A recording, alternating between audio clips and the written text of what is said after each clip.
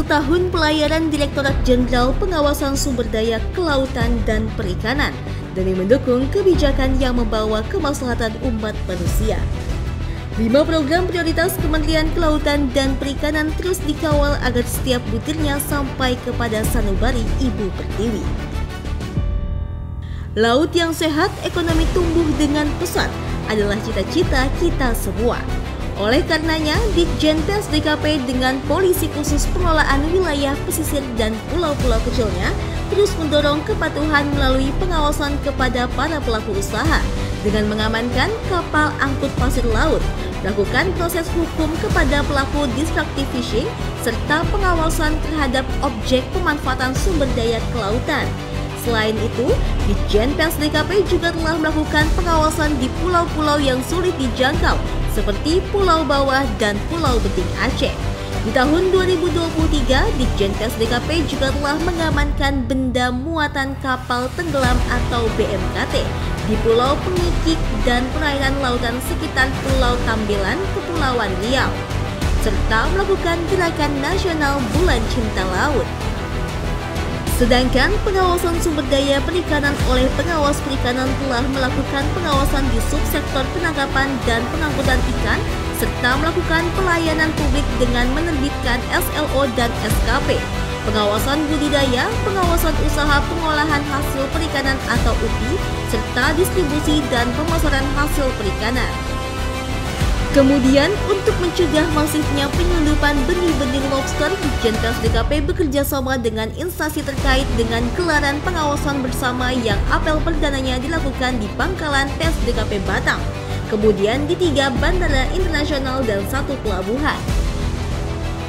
Di tahun 2023, untuk memperkuat pengawasan kelautan dan perikanan, Ditjen PSDKP telah menambah armada pengawasan sumber daya kelautan dan perikanan, seperti kapal kelas 1 yang merupakan hibah dari pemerintah Jepang, kapal kelas 2 yang merupakan karya anak bangsa serta speedboat. Dan untuk memberikan efek deteren, kini kapal pengawas kelautan dan perikanan telah dipersenjatai kaliber 12,7 mm.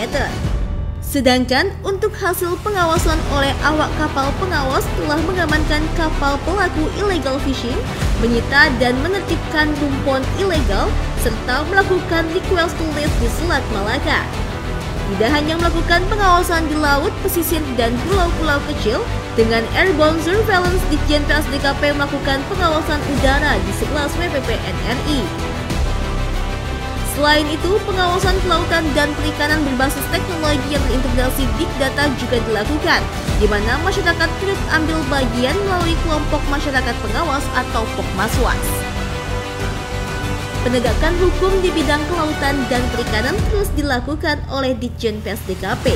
Pada tahun 2023 terdapat 1.233 kasus yang terdiri dari 1.177 kasus dikenakan sanksi administratif dan 56 kasus diproses pidana.